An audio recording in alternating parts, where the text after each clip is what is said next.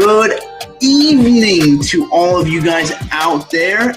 It is me, Ovi Kabir, your host for The Takeout, and you are here with me on your Friday evening. You don't ever have to dine in when you can grab takeout with me, and I'm so glad you guys are here. Checking out the chat to my right here, we have Teresa's in here, Melbell, Nicole, Peter. It looks like we're getting a lot of people back in here. I love it, seeing the regulars and whatnot. Change up just to set up, each week we're changing up just a little bit, but today we're changing up because Hannah is getting ready for an event she has to do, and so I thought, we're not going to take up her space. Let's move it over here. So we're making it work. And also, if you are watching this tonight, I know that you are dedicated. The reason why I know you are dedicated is because Big Brother is also going on at the same time. They're doing their Friday episode. So I have it over here on my other laptop, and I'm having it streamed here. So if you guys have it on there, we're going to kind of talk about this episode as it goes on. We're mostly going to be talking about the possibilities of who can win Big Brother. And so I think tonight's episode is going to give a little bit of shedding the light on that. But we're going to talk about that as we go on. Additionally, we're not just going to talk about the final three in Big Brother, because we have another CBS show that has premiered and is going on, and that is The Amazing Race, one of the few feel-good shows on CBS reality TV where, honestly, there's very little drama. There is still drama, but it just makes you feel good. So I'm excited for us to kind of talk about this and go on throughout the night, all right? So, again, if you're in front of a TV or anything like that, pull up CBS, watch the show with me, and because they're just starting. They're doing, their whole intro scene right there. And we're going to do some live reactions tonight, all right? So I hope you guys enjoy it, and let's get right into it, okay? And again, as always, if you are watching this on any other restream, to my Twitter family, to our YouTube, anywhere out there, you guys feel free to come on to our chat on TVCO, because that's where we're kind of talking. This is where the chat's going on. So download the app, whether you're on your iPhone or your Android, whatever you can find on the App Store, the Google Play. Come join us and start this conversation with us. But let's get into it, okay? What we saw on yesterday, it feels like it was a week ago, because I feel like we've been seeing, we've known what's going to happen every single week and day in this season. But we saw yesterday night that the person that got evicted was Christmas, all right? She stayed over Nicole. It was a 2-0 vote, right? And so Christmas goes home, and that leaves us with our final three. Our final three being Cody, Nicole, and Enzo, which is a crazy stat, is that each of these people have been here before, which is accomplishment of itself. We've seen Cody, he got in his season of BB16, he got to the final two. We saw Nicole in her most recent season, Big Brother 18, she was able to win it. And we also see Enzo in Big Brother 12. He was actually in the brigade and made to, correct me if I'm wrong, but I believe he made it to final three. And so we've seen these people all be in this situation before. So the interesting thing is that they have an idea of what is going on, and they know that how this end game is played. And we see this so many times, so many players, they kind of flop near the end. They don't know what's going on, so they have to try to figure out a way through. And these people all have kind of planned it out. They've played it beforehand. So we see this cool type of strategy going on. Real quickly, the show, I'm going to put on the show. I want to listen to it, and you guys can hear it too. Let me know in the chat if you guys are watching as well, because I think this part is going to actually work perfectly into this segment. So we just see Christmas going home, right? Okay. So they're all about to eat food and actually get something to drink. This is what they do. It's like the memory table. They're going to go through each person on the season and talk about a memory with them. And so, again, usually Big Brother episodes don't happen on Friday nights at 8 p.m. That's why we do this show. But since we are in our final week, they are doing it on a Friday night episode, because the finale is on a Wednesday. So they're going to be an episode today. It's doing an episode Monday, and then the finale is going to be on Wednesday. And I think tonight we're just doing the memory table, as they call it, and going through who is all going to be here, or who has been here, who's been evicted, and their best thought of them. So put on the sound. So scared you almost peed your pants. No, Enzo. Nicole and Enzo just joking around about getting almost cut. So yeah, this is. It's going back to day 17. I think a lot of today's episode is going to be more of a filler episode because they're doing like a prank now on Cody. So it's like nothing too much of substance. So when something interesting happening, I'm going to switch back on here. In the meantime, let's talk about this final three. You have the final three, and the way the competitions are built in the final three, it's not like the same before. You have a two-part final HOH. You compete in this final HOH. The way it works is that the first part, all three of them compete. Actually, it's a three-part final HOH, excuse me. The first part, all three of the people compete. So that means Enzo, Cody, and Nicole all will compete in this HOH. Whoever wins this part one, they go automatically to part three. And whoever wins all like part three becomes the final HOH.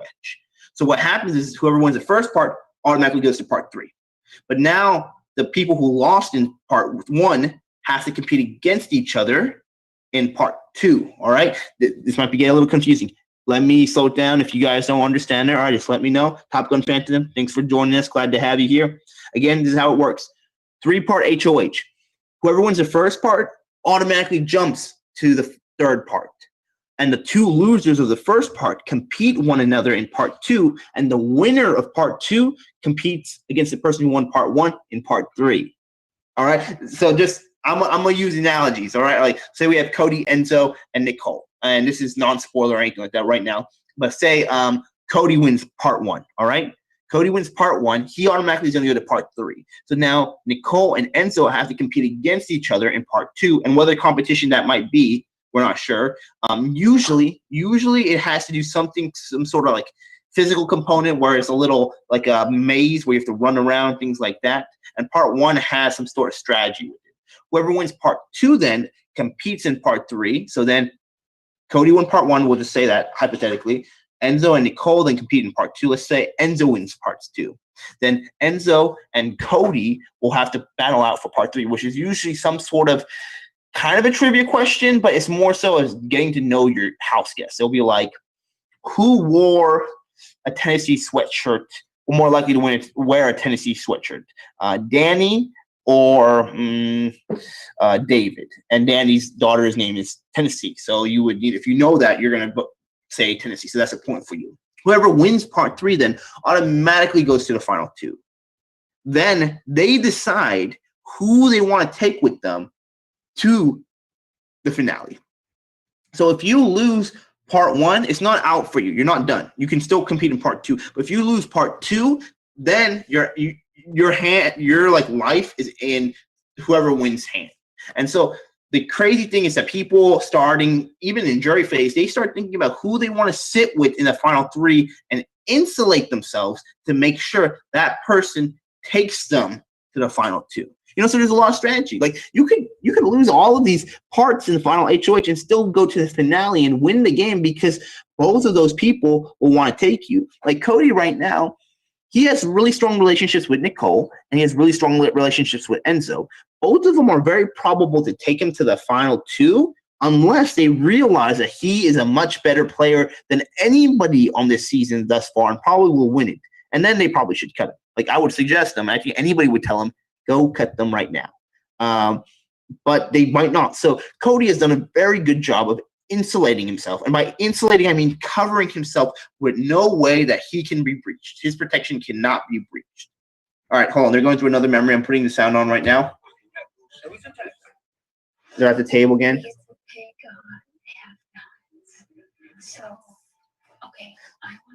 Okay, it's a memory thing. It's going to be like this too. For whatever reason, I thought it was going to be kind of similar to Survivor, where they go down each of the house guests' memory lane and think about like a good thing about them, which is kind of a wholesome thing.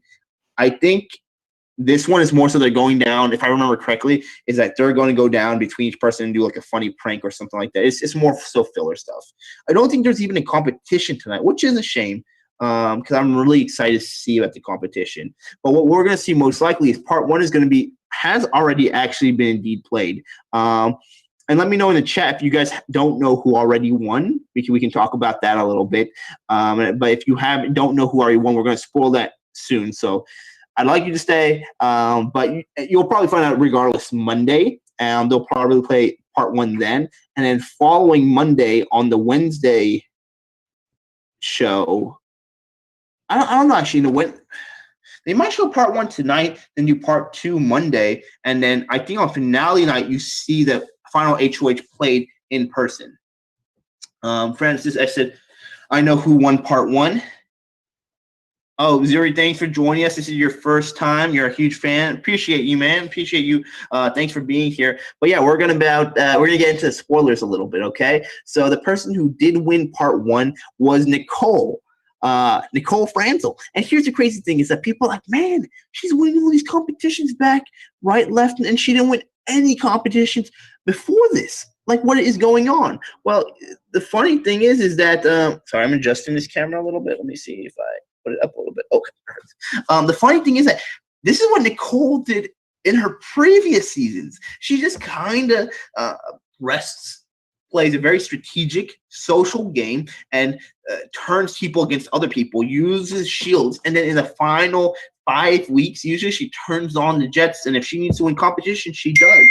Like, she has done a wonderful job, and like we are seeing that right now that Nicole is in the driver's seat. She's in the driver's seat, and now she's going to the final the final part of this HOH competition automatically, and Enzo and Cody are going to have to go against each other. And the thing is, the third part of the final HOH is usually, again, like I said before, a trivia type of HOH where you have to answer different types of questions. She's going to be pretty good at that, I think.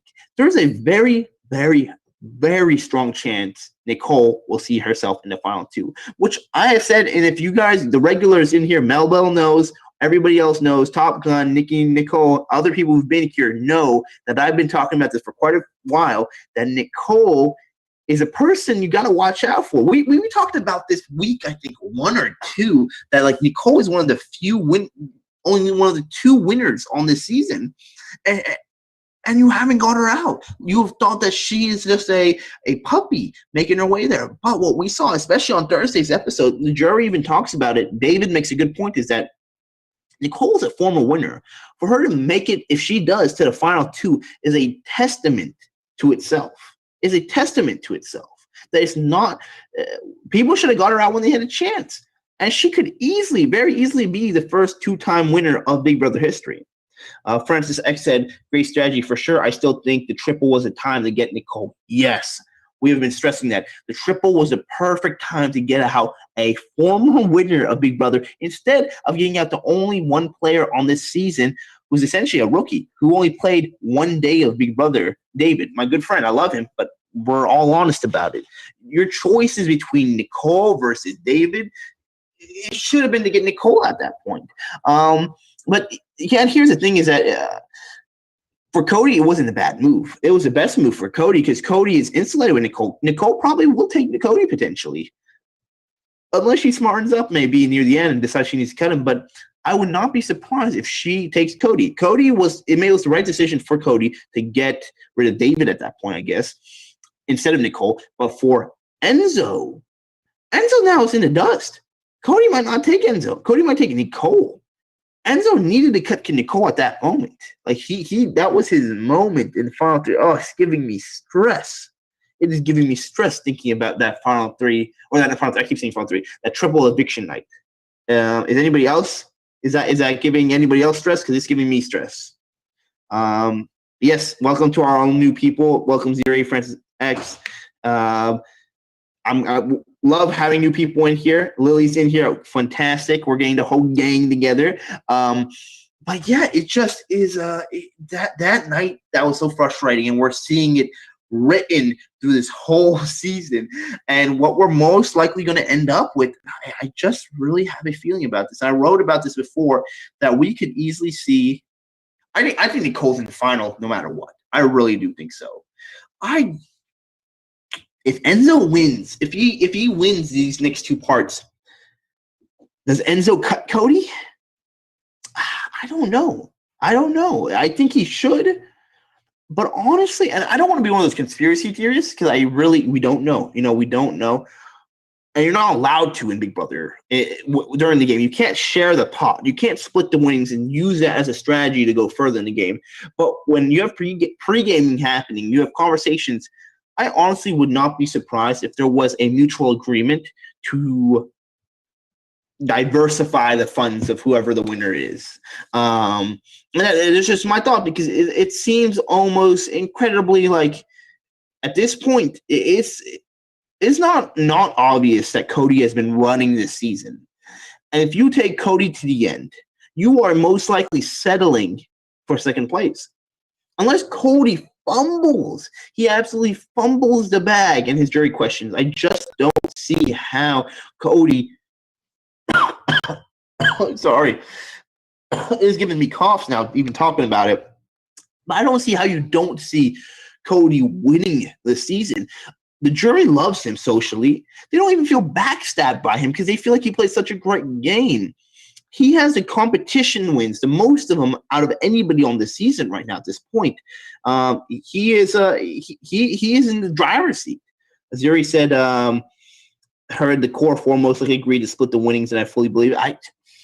I would not believe that. I think there's a strong chance that could have happened. I think we will see. The only person I think that can give Cody a run for his money right now is Nicole, because she's been racking up the win, especially if she doesn't take herself to. She doesn't take. Nobody else takes her to the finale. She takes herself, meaning that she wins these parts. I think that's a very dominant endgame performance by Nicole. She took out the people she needed to. The only issue is that does she have enough people in the jury that want to give her the vote? I don't know.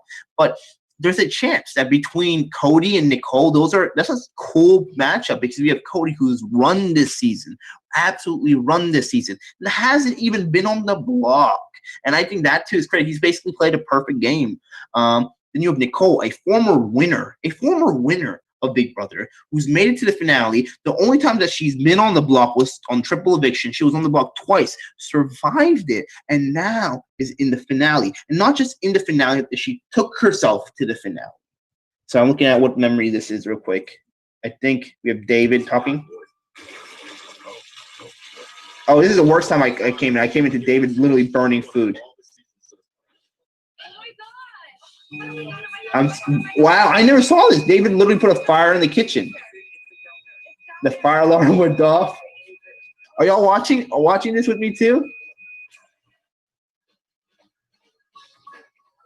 Oh Lord, this is funny. So no French fries, Casey. The truth is, if that fire got out of control, I would have made sure that I carried both of you to safety. That's funny. That's fine. Sorry, that was a funny moment. David has been such a shining moment for me this season, especially as Yuri said, his Twitter account. I agree. His Twitter account has been very funny. And I love that. I think they said they're coming back this week for this final week. So I'm excited for that. And this is a good way, a segue to Francis X's question is, who are the top picks for AFP? And this question I'm going to answer in two different ways. Top picks for me versus top picks that I think are going to garner the most votes. All right. I think right now, in general, the top three vote getters we're going to see distributed between Janelle, Devon, and then probably Tyler, okay? And let me tell you what. I think we have Janelle, who is a powerhouse in the Big Brother. She's a Big Brother Pentheon. I don't even know if I said that right. She's incredible, and she is known so well, and she's currently campaigning for herself to win AFP. But also, I want to put a note. She has said that the money that she wins from this AFP will be all given to Give Kids the World Village, which is an incredible nonprofit that me and both Hannah have participated in. So I think it's a really awesome thing that she's doing there.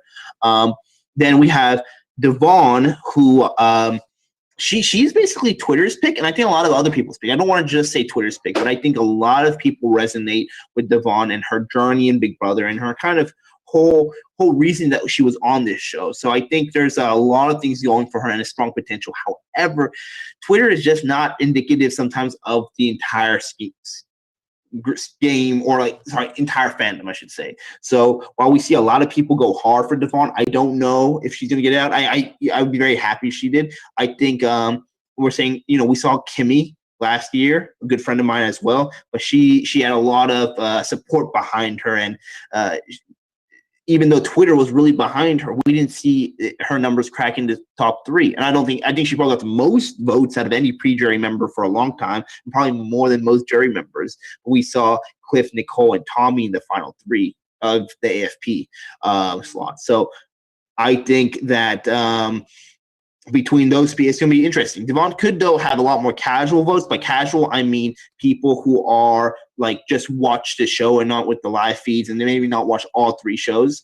But then we have Tyler, which there's a strong Tyler fan. Even though some people are still salty about certain things, there's a strong Tyler fandom within Twitter and other social medias. And then a lot of normal watchers, by normal watch, people who watch the show, just the show itself, or just watch one show episode a week, they really love Tyler. And again, Tyler's one of my good friends, and I love Tyler too. So I think he has a strong chance to win. Additionally, he's a former America's Favorite Player. I don't know if Janelle ever won America's Favorite Player. She could have, and I wouldn't be surprised. I don't think Devon has ever won it. But Tyler is from the most recent season left on this cast, outside of David and Nicole. And we see, I think he has a really strong chance of winning it. So Francis said, does it work so you get 10 votes and spread them out, or one choice? So it's absolutely your choice. So every day you get 10 votes per account. Essentially, some people have multiple accounts, and you can spread it across of who you want, or you can put it all in person. So he said, I think Janelle is 2x winner AFP. I wouldn't be surprised. And I would think there's a good reason why she could win again. Her seasons were, though, a little ways before, so though she has a strong fandom behind her, I don't know if that beats Tyler's fandom, or you might see a split between Tyler and Janelle. You could see that. My votes, I would be very happy for Devon to win. I'd be very happy if Tyler won. He's a good friend of mine. But the person I'm really putting my votes on, actually, is my good friend David. I am putting my votes on David because I think his journey on this season has been really awesome. He was a fellow camp comebacker like me, and just watching him, go through the season, learn from it, seeing everyone kind of hate his gameplay to kind of love him, to being, a sole survivor on there. My votes are going for David. I love David, and it might be a drop in the bucket, but I will encourage other people to vote David because also, similar to Devon, I think David stands for a lot of amazing things that we have seen in the whole world going on. The reason why he was on this season, what he proclaims that he wanted to do was become the first African-American man to win Big Brother USA. So I think, his journey for representation doesn't end at the game. It's going to continue thus far. And I think, when we say AFP, America's Favorite Player, it doesn't have to be the best game player. It doesn't have to be the most strategic person or even the most successful game player. It just has to be your favorite player. And I have to say, honestly, my favorite player was David. I am biased, of course, but I really want to see him succeed there. And I think one thing I thought is really strange, and I even get on to some Big Brother alumni for it, is this vote shaming, I'll say. Like, some people are like, you cannot give me a reason why you're voting for somebody else. Like, it doesn't make a good enough sense reason. This is not even the national election when we that's the real reason to vote, but this is just for AFP. And so we have some people being like, if you don't vote for this person, you are absolutely wrong. I say no. That's one, a bad way to campaign for whoever you want to win it. And then two, also, I think people have their own valid reasons to vote for somebody to win America's Favorite Player, because America's Favorite Player does not mean the best player, does not mean the greatest player ever. It means your favorite player, and that can be very subjective. So I think a lot of people are voting for Devon because they feel really they feel really in tune with her and her message and her just her entertaining personality and the way she played the game. And I think some people just still love Tyler. They love Tyler and his gameplay and his strategic, mind, and potentially could have even gone further if his mind was fully into the game. And then you have Janelle, who's just a legend, so she's going to get votes, and that could be your favorite player. Like, I introduced Hannah to Big Brother during my season, so this was the first season she's watched other than my season afterwards, and she just loves Janelle. She thinks like Janelle was so awesome. So, sorry, I went on and answered that question a while, but that is my reasoning that I think who is going to win AFP, okay? And what AFP is cool this year, because I think it's 25K still. It might be even more potentially, but it goes adds on to everything else you win. And so I always laugh and say that even with David, even if he doesn't win it, he's already, I think, coming in fourth place money because of the he took the $10,000 from one of the other competitions. So David's going to be doing fine, and I am very excited to get their thoughts on what's going on, like, after the season ends. I'm hoping that we might be able to grab one or two of the house guests to be on our final show on TVCO, and maybe kind of talk about that in the coming weeks. So this is this is and somebody said, for instance, said Barry, that have so many options for AFP means they were majority good house guests. Yes.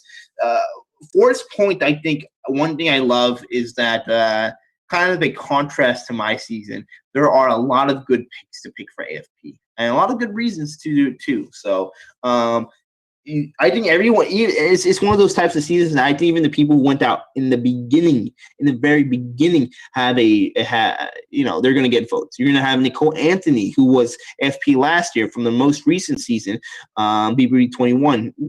She has a chance to win AFP too. I don't think she's campaigning for herself. I think most alumni are campaigning, even who are on pre-jury, are campaigning for other people.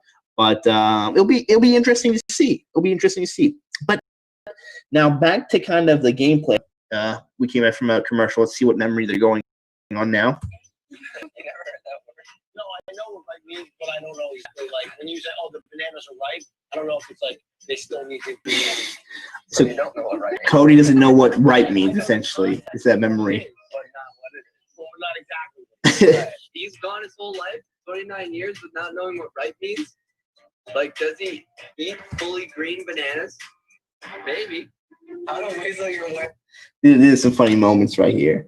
It's so funny too. I think the show does a weird thing, and I think Cody does it too to himself, but they really try to dumb down Cody. Like, they put moments where Cody just looks like an idiot. They make him, he plays that dumb type of guy, like his archetype or what he's playing at. But Cody's a very smart guy, actually, and we see this from the competition he's won.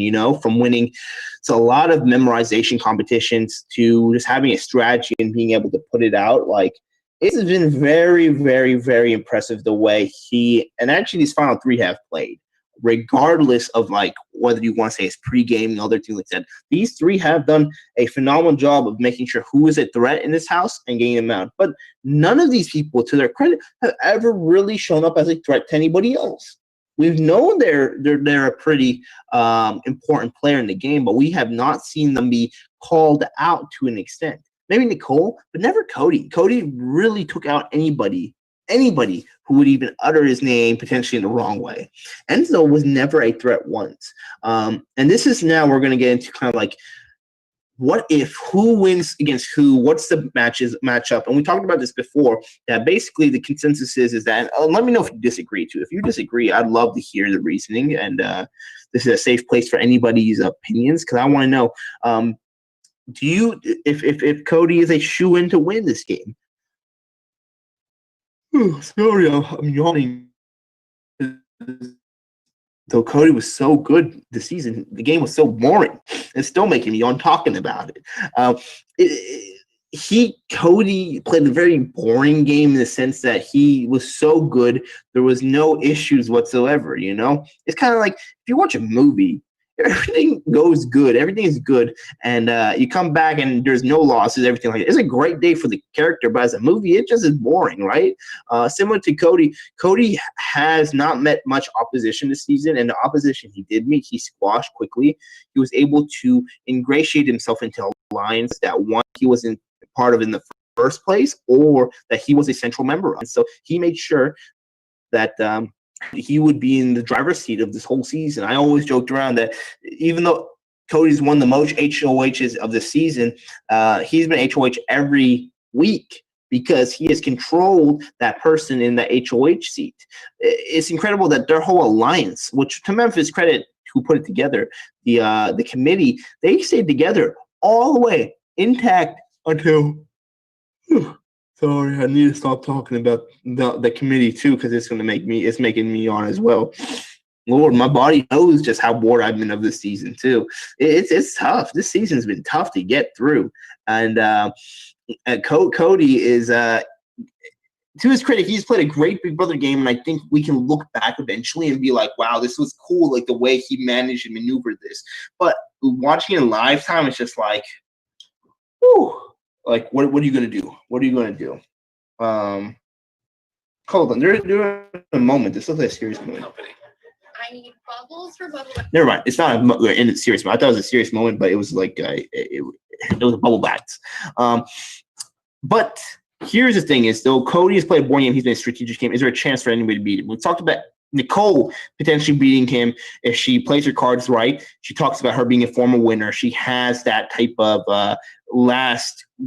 last-ditch effort to really win a lot of these last competitions and take her way there and instead drag Cody. But also, here's the thing is, even if Nicole makes her way and makes it to the finale and like drags Cody, Cody can then also say, it's like, y'all, I won the most competitions, and also my social game was so on point. I knew I didn't even need to win all these competitions to get to the point I'm at. I didn't even win this final H, and people knew that I was one of the biggest threats, and they still took me. That shows you how good my social game is.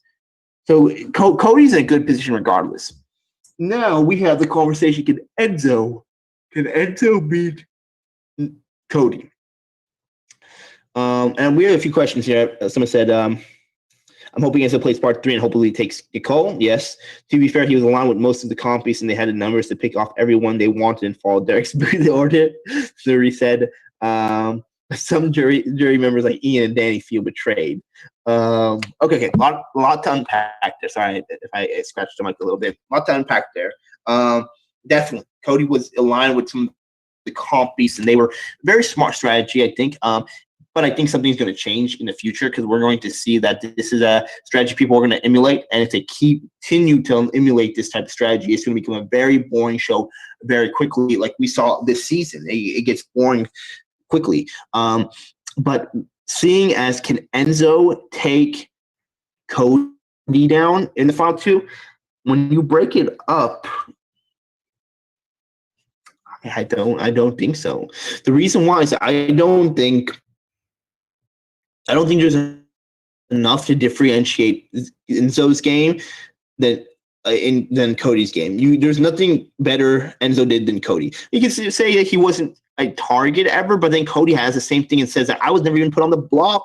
I was never put on the block, even though I was in HOH multiple times. And then I think Enzo would have had 2 things in his bag if he never told Cody about the Wise Man Alliance with Memphis. That is something Enzo has in his back pocket. And if he has that in his back pocket, are we good? Did we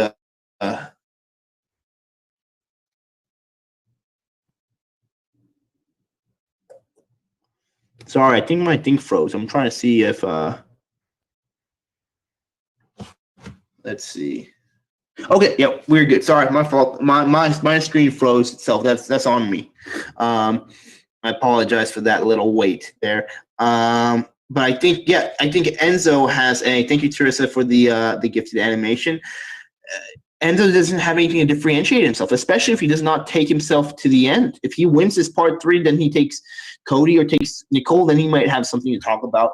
But he told Cody, he spilled the beans on the Wise Man Alliance, and then he doesn't have anything to be like, yeah, I didn't tell Cody that. Cody can be like, he literally came back to me for everything. I think Enzo also did an issue where he basically the whole game, and we made this whole reference all the time, but Enzo goes and says, I'm going to make big moves. I need big moves. Big moves are what's going to happen. Big moves. Like, the issue with saying big moves the whole time is that we expect big moves from you, Enzo. Enzo Palumbo, that's his last name. I hope I pronounced it right. Forgive me if I didn't. But if you keep saying that, the jury thinks you're going to do big moves, and you didn't do big moves. That I think he lost David's vote, not just because he voted David out, it's because that was his moment to take out people, to do something. And then Francis, I said it perfectly. Enzo played very safe. He put Christmas because she volunteered. Here's the thing is, also this last week, Enzo, he could have nominated Cody too, to make sure that Cody can't be saying that, hey, I did a perfect game. Like, I was never on the block. Take that away from him. You're scared to make Cody mad? That's what he said? He doesn't want to make Cody mad? Well, that's Big Brother. You're in the Final Four. Make somebody mad. Do something. Enzo has played an incredible floater game, and I worry that he's just going to float himself to Final Two. And again, I am not saying that he's a bad player or anything like this. I think all three of these people are great players, much better than me, all right? I want to make that very clear. I'm not critiquing him because I'm thinking there's some horrible players or they're doing things. It's just that we're just talking about their final game potential and how they can win this game or they can lose it. And right now, Enzo does not have enough under his belt for me to see and say that the jury is going to respect his game over Cody's game. But what about Nicole and Enzo? Cody gets cut, Final Three. And I think it's important who cuts Cody. Like, that's the question. Who cuts Cody? And that gives them a lot of credit. You got out one of the main people in here. And both of them can be like, I took my ally all the way through here. Then I had to cut them. I think, to be honest, sorry, I am tired tonight, guys. I am tired. This season has literally drained me of all my energy.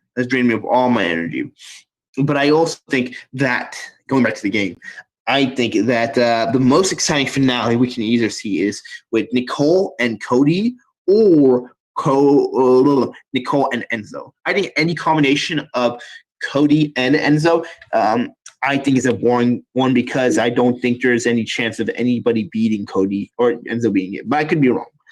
Nicole and Enzo gets a little different because you break down the votes and you see who's where and what's going on. People appreciate Enzo and his social game, and there's a lot of people who might dislike Nicole within that jury, but respect her as a former winner. So she got there again. Could be a two-time winner. They both played safer games, and they had different connections across the house. But in this situation, I almost think that because Christmas doesn't like Nicole, I think Christmas and Memphis gives their vote to Enzo potentially. But Christmas got evicted by Enzo, right? Or like was put on the block. So it's hard to say. I think there's a lot of scenarios where we could see it go either way, all right? So I'm not sure. Sorry, I was looking over here to see if there's anything interesting. Still memories or not. I don't know if you're doing a competition tonight. Does anybody know in the chat? Are they doing a competition tonight? But that is our final three right there. And I am interested to see. I think there's a strong chance that if Cody gets to the final three, he's going to win that competition too because he has he gets to the final HOH competition, which is part 3. He could potentially beat Nicole because he's very smart actually, and he's good at memorizing things. He's shown that prowess in past competitions. Enzo, I don't know. I don't know if he can beat Nicole on there. I would be we'll have to see because Nicole, and she calls herself, she's a self-proclaimed dork, especially in 16, Big Brother 16. She was your archetype dork, quirky girl, but she's very smart. She prides herself with being smart, and I think she has a good memory on what's been going on this season. I think that's going to come out on part 3, so it's going to be really interesting. For my own sake, I do hope I see Cody and Nicole in the end because I think it'll be kind of a more equal footing in who is the better competitors of the season. I think this is what the season actually needs, is that we have a good winner. And my good winner, a very well-deserving winner. The season could be boring. I think they've kind of made it boring by their gameplay, but you got to give props where props is due. They have how they put a strategy in place and basically carried it out very well. This is as far as your strategy essentially can get you, aside from whoever takes you to the final 2 instead. So that's my Big Brother wrap-up, I would say, all right? I think I predicted on my Inside Survivor. Many of you know that I write a column every Friday on that. This week we didn't because we did our final column last week. We predicted who we think is going to win it. I had this in week 4. I put not week 4, the final 4. I put Nicole as winning it, Enzo coming in second, Christmas in third, and then Cody in fourth. I thought there was some sort of chance, some sort of way that Cody goes home last week because they realized that he probably should go home. But that didn't happen. And so what we're going to see is that I'm already wrong. Top Gun Phantom's watching in YouTube. Thanks for joining us. Let me see if I can get our YouTube family in here too.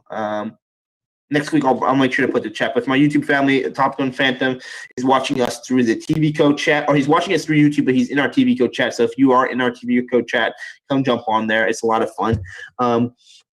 I think we've talked a lot about Big Brother. I'm very tired. You've heard me yawn a lot about it. I'm going to move on to our other subject that we have been watching, The Amazing Race, one of the more friendly, nicer, enjoyable shows on CBS. All right. Who all has watched it in our in the chat? I would love to hear your thoughts. Last week we kind of talked a little bit about it, and we didn't do any spoilers today. We're going to do some spoilers. By spoilers, though, I mean just the episode spoilers. All right, we're not talking about like what's going on past episode 2 because I have kept away from those. I really wanted to be kind of fresh on them. What we've seen happen is we have all of them go compete, and this week was interesting because I think we're seeing a return of old style Amazing Race where there's just the competitions and the interactions, and we're seeing interactions with the local people a little bit more with certain things, and I really like that. I think that's what makes Amazing Race so great because you get to see different cultures come together and people from all different types of backgrounds experience these cultures in a very fast-paced, stressful version. But instantly, you see from last episode, the first episode, Hung and Chi came out in front. All right, they win that, and they are followed by, let me see, who are they followed by? I'm trying to see. I'm trying to remember. I think I forgot who they. This isn't the full cast. I have the cast up here, but I don't think it's the full cast right here. Are you showing me the full cast? 1, 2, 3. Yeah, that is the full cast. Who are they? Who? I'm completely blanking right now. Who made it second last week? Lord, I can't remember. But what was interesting, you see the top 5 they go and they get kind of a 30-minute head start, and that kind of doesn't allow anybody to really pass them. And we see the other 5 people go after. So basically, there was no catching up to do. No one could really catch them. And what we see happen is that Hung and Chi do a repeat performance and win the second lap. And so this doesn't happen usually, and I'm really interested to see whether they're going to do good again, do that able to in the third lap. And if so, if they win a 4th time too, I think that's the record. I want to say, interestingly, Rob and Amber, his wife from Survivor, both of them, when they played in Amazing Race All Stars, they won the first 3 legs or first 4 legs. I think it was first 3 legs. And so after the first 3 legs, but the 4th leg was a very bad leg for them. So if you haven't seen that, that's a really good one. But yeah, I think Hung and Chi is they really have a strong chance of doing that. Top Gun saying, "I'm sorry, I don't know if I referred to you as a guy, but I meant you're a girl, so I apologize about that."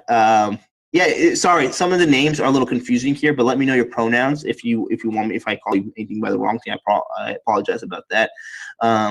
It's been an interesting one because they also, each of the players, they got a not a U-turn, but I want to say it's a stall. I forgot what it is exactly is it called, but it's a throwback to old Amazing Race.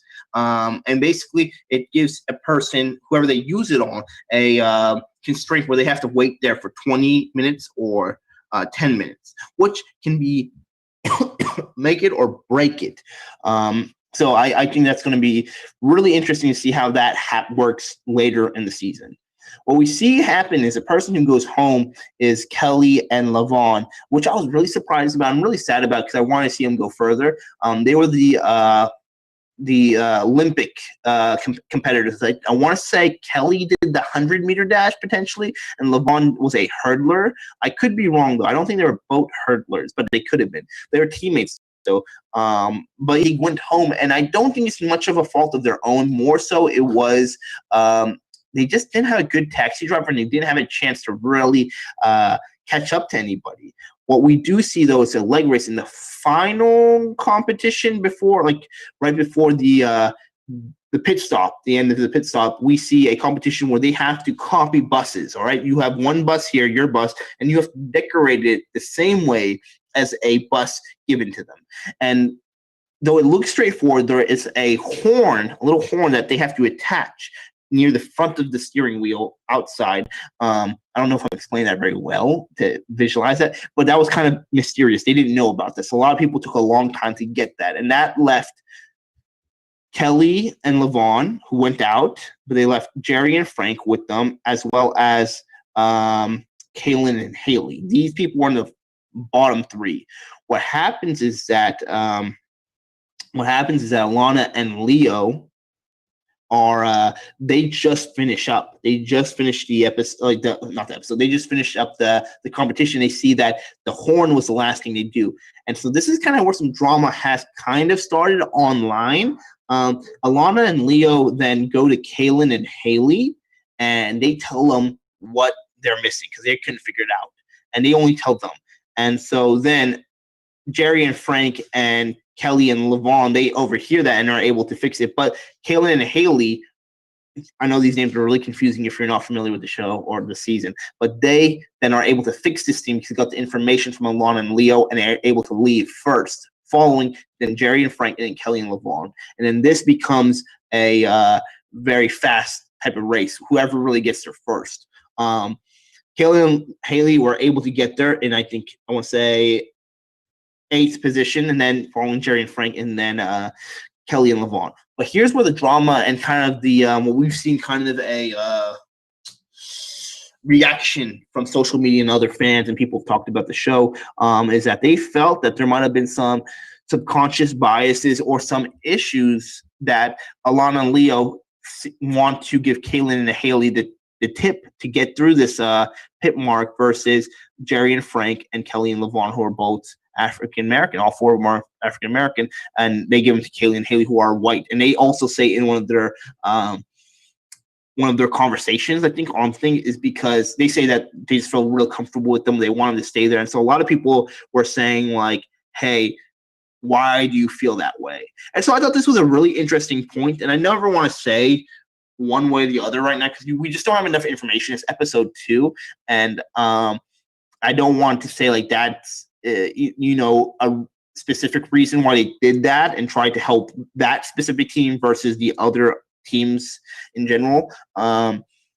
It could be like, though, like, I think it wasn't a good look. It wasn't a good look, but it is also like only the 2nd episode. We have a long season to go. And also, this is why I think it's really important that we are shown airport scenes. Airport scenes are like those the small scenes that aren't really part of the competitions where they have layover and they sometimes talk to each other. I think those are really important because we get to see where relationships bond. So I'd really like to see if there was some relationships happen there. Because also, from what I see, because keep in mind, this season happened over 2 years ago.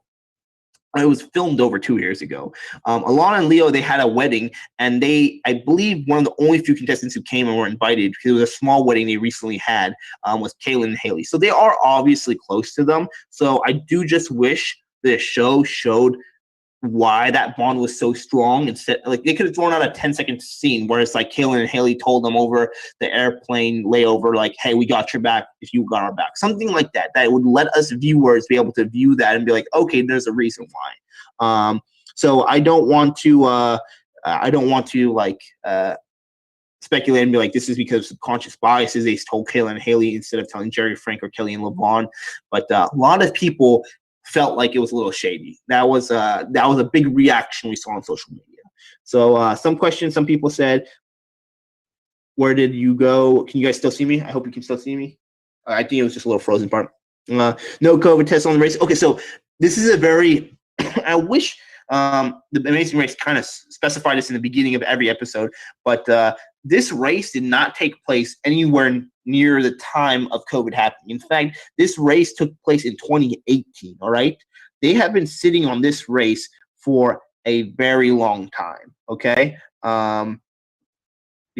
So production did not get cut for this race. So they literally had this in their vault for 2 years. And we talked about this last season, but it's absolutely crazy because the players on this season, they had to wait 2 years. They had to wait 2 years later on. And here's the thing is, I don't even know. I really don't generally know, but a lot changes in 2 years. Like, sometimes the people you're friends with are different in 2 years. So I wonder if any of these relationships, not just sometimes like dating relationships, but also friendships, I wonder if these people are still close to one another. I hope each person is. By 2 years, these people might not be even as close to each other as they used to be.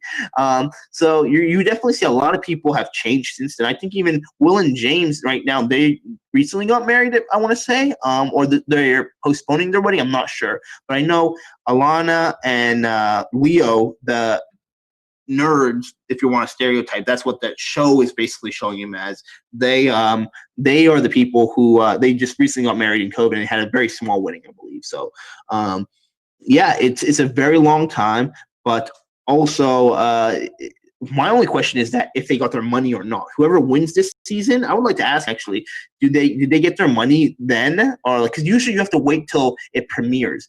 But what if your show never premieres? Like, what do you do then? Like, you don't get your money? Like, that would suck. Is Survivor canceled? Top Gun Phantom said. I don't think so. They're not canceled yet. They're trying to figure out a way, I think. It's been kind of postponed. They're trying to figure out a way where they can film, because the issue is Fiji is the usual spot where they film, but Fiji does not want to take Americans right now, from my understanding, because they have no cases. They have no cases of COVID right now currently.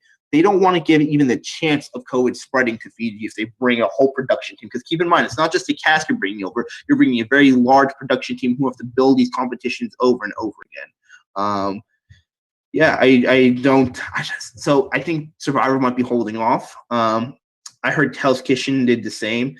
Zuri said, I don't know, do you mean did they do the same that they aired an episode or a season 2 years prior? I wouldn't be surprised. Why do they wait so long to air it? Somebody asked. Most of the reason is I'm not really sure. Sometimes it's just like production conflicts, I think, or things get on the editing board.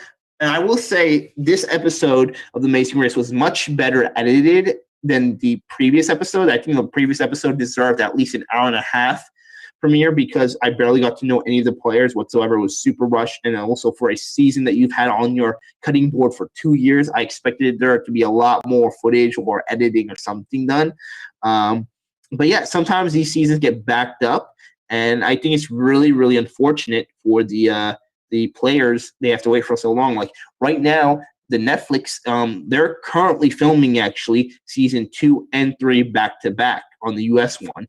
So if season 2 premieres in, let's say, December of, I don't know, it's not going to be December of this year, but let's say fall of 2021, we probably won't see season 3 come out until spring of 2022. So you would have to wait over a year for that if you're going to be filming now. So it's really interesting. I always find reality TV, the filming production dates are super cool and kind of crazy. Oh, I'm going to ask what season was I talking about? I was talking about the show The Circle on the Netflix. So on the Netflix, I sound like not the Netflix. But The Circle on Netflix, they're filming right now actually season 2 and 3 back to back. So it's gonna be really interesting to see what goes on and how it all is working out, and who knows what we'll have for Big Brother. But okay, I have we've kind of gone into our allotted time today. We've taken a full hour almost. This has been fun. Oh, a little water. I want to remind y'all, we only have about 2 more episodes of The Takeout. We have an episode next week on Friday, and that'll be kind of fun because we're going to talk all about the finale, my thoughts, all about the interviews we've had, and then we're going to have one last episode of this season following that on November 6th, okay? And that will be more of a recap, and then hopefully we'll get to, I'll be asking, what I'll do is I'll be asking some Big Brother 22 players some questions, and whether we can get them live on here or they're gonna have to be pre-recorded, we'll put that on here. But it's gonna be a fun time. Okay, so again, tune in every Friday at 8 p.m. Top Gun Phantom said you want to bring Hannah on here, please. We will bring Hannah. We will definitely bring Hannah, and we'll have the pup. We'll let them have a guest appearance, and we're also going to have some food too for some takeout because I know we've kind of skipped out on that. But yeah, tonight was kind of a fun episode. We kind of talked about Big Brother, and hold on one second. We're gonna before we finish, I want to hear this. I can control myself after the nominations, and I still can't control myself. We're listening to all the Vicky people talking about being sad. I feel like a dick saying that. Christmas is crying right now. Queso is crying. Are they showing them all being really sad? Cool friends, I'm not gonna cry and whimper and need a box of Kleenex. I should get some tissues. This is such a weird scene. I just came into this. So they're showing basically all the people who've been evicted and all of them is crying back. It's like a crying montage. It's just really hard me here. Wow, that's so dirty of CBS to do that. They're playing like Titanic music behind them all. This is really sad, actually. Oh, I'm dying right now, dude. Okay, wow, this is totally a mood killer. We're not ending this. We can't. Okay, we're not ending the show on that. Okay, that is a mood killer. But I want to say thank you so much for everybody who tuned in today, from our YouTube restream to our Twitch restream to our Twitter restream, and everybody on here. Mel Bell, thank you, Top Gun Phantom, Nikki Nicole, Zuri. I'm forgetting some people. I'm trying to go through, see who were all on our chat. But thank you so much for joining us tonight. Again, like always, you never need to dine in. You can grab your takeout here with your host, me, Obi Kabir. I hope I see your beautiful faces once again at 8 p.m. next Friday. And at that time, we'll talk about everything Big Brother finale. Until then, I hope you guys have a wonderful day, and we'll talk later, all right? Take care. Have a great weekend.